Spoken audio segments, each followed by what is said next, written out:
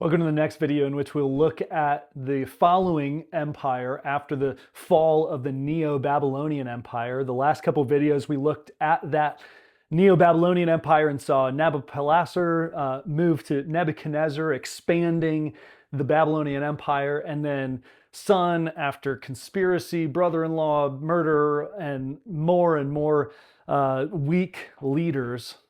Eventually, the great and mighty and powerful Babylonian Empire came crashing down in 539 to the Medo-Persian Empire.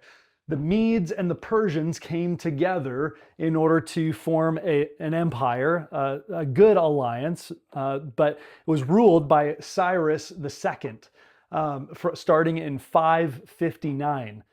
So he began ruling over the Medo-Persian Empire in 559, and it wasn't until 539 that he attacked Babylon, thinking his armies to be strong enough, and coming in and defeating Belshazzar.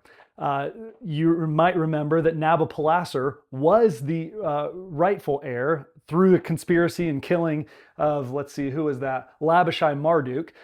So after murdering him, him coming to the throne, things not really going well. He was more religiously inclined, and so he moved away, left Belshazzar there as a co-regent, ended up coming back about 10 years later, but never really restored Babylon to its former glory. And so after Nabopolassar ran away after the fall of Babylon, Belshazzar is killed. And it's actually pretty funny because as Cyrus II comes in and defeats the Belshazzar, he actually takes the fall of Babylon to be an indictment from their god Marduk. And so Marduk apparently wasn't pleased with Belshazzar, according to Cyrus, and so he assumed the taking of Babylon as Marduk, the god Marduk's judgment on him. Now, what we read at the end of chapter 5 is that Darius the Mede took over the kingdom of Babylon under the reign of Cyrus the Persian. Now, it's a little challenging here historically to identify who exactly is Darius the Mede. You might notice that down here, Darius the Great rules from 522 to 486 in the Medo-Persian Empire, but Darius the Mede still as of yet has not been identified in a historical artifact. And there have been a ton of historical artifacts found and discovered which verify the biblical accounts of history.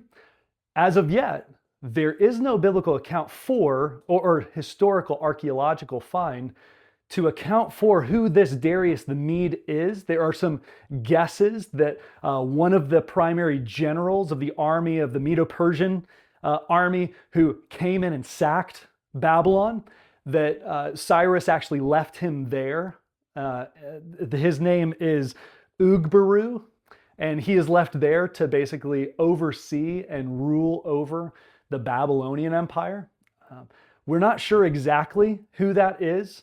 It could have either been a Cambyses, the son of Cyrus, who he left there. We're not sure. It honestly could have even been, and this is one proposition made, is that it's Cyrus himself. He's just called by his Medo name, or his Median name, Darius the Mede, and Cyrus is his Persian title.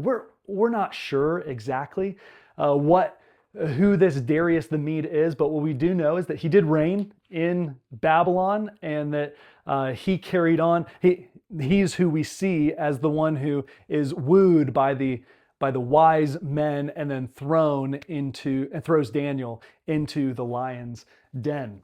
Now, Cyrus II, who rules over the Medo-Persian Empire, is the one under whom he makes a proclamation saying that Israel, or all Jews from around the Medo-Persian Empire, are allowed to go back after their exile. They're allowed to go back to Judea, to Jerusalem, to begin rebuilding the walls and the temple. So we see Ezra, in the book of Ezra, this Cyrus make that proclamation. You can actually read that proclamation at the very end of 2 Chronicles. there's a tiny little paragraph that talks about Cyrus's proclamation. Now, after Cyrus dies suddenly in 530, Cambyses, his son, takes over, reigns for about 8 years, does a pretty good job keeping the empire going. Darius the Great takes over in 522 and rules for quite a long time. He expands the empire even further until Xerxes is the one who, Darius wanted to defeat the Egyptians and then the Greeks. He couldn't do it. And so Xerxes is the one who ends up coming in. And you might remember the battle at Thermopylae where Leonidas has the 300 Greeks who go against the Xerxes and his Medo-Persian army, and they squash Leonidas. Well, this same Xerxes is the guy who attempts to continue going in his Greek attempt to overtake the Greeks. And he's not successful. Ultimately, there's an island in Athens that they can't defeat. And so he goes back, he gets fed up with his wife, Vashti, and he marries the Jew, Esther. And that's where we see the story of Esther pick up in the courts, in the palace of Xerxes. After Xerxes' death, Artaxerxes I takes over, and that is who Nehemiah was the cupbearer for. Artaxerxes I, who took over in 464 to 424, he reigned there. And Nehemiah was the one who went back to Jerusalem in order to help, again, rebuild the walls, but also to see the temple erected and to see a spiritual revival happen. Ezra reads the book of the law, and they seek to turn their attention to God yet again.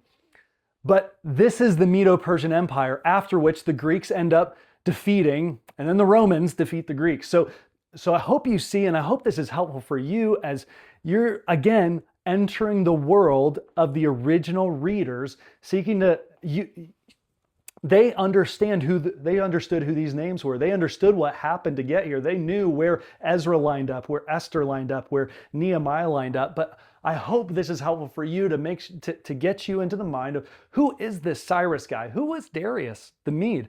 What are these visions that God is giving to Nebuchadnezzar and to Daniel, and Daniel multiple times? What are these visions about, and how do they connect with the rest of the biblical story?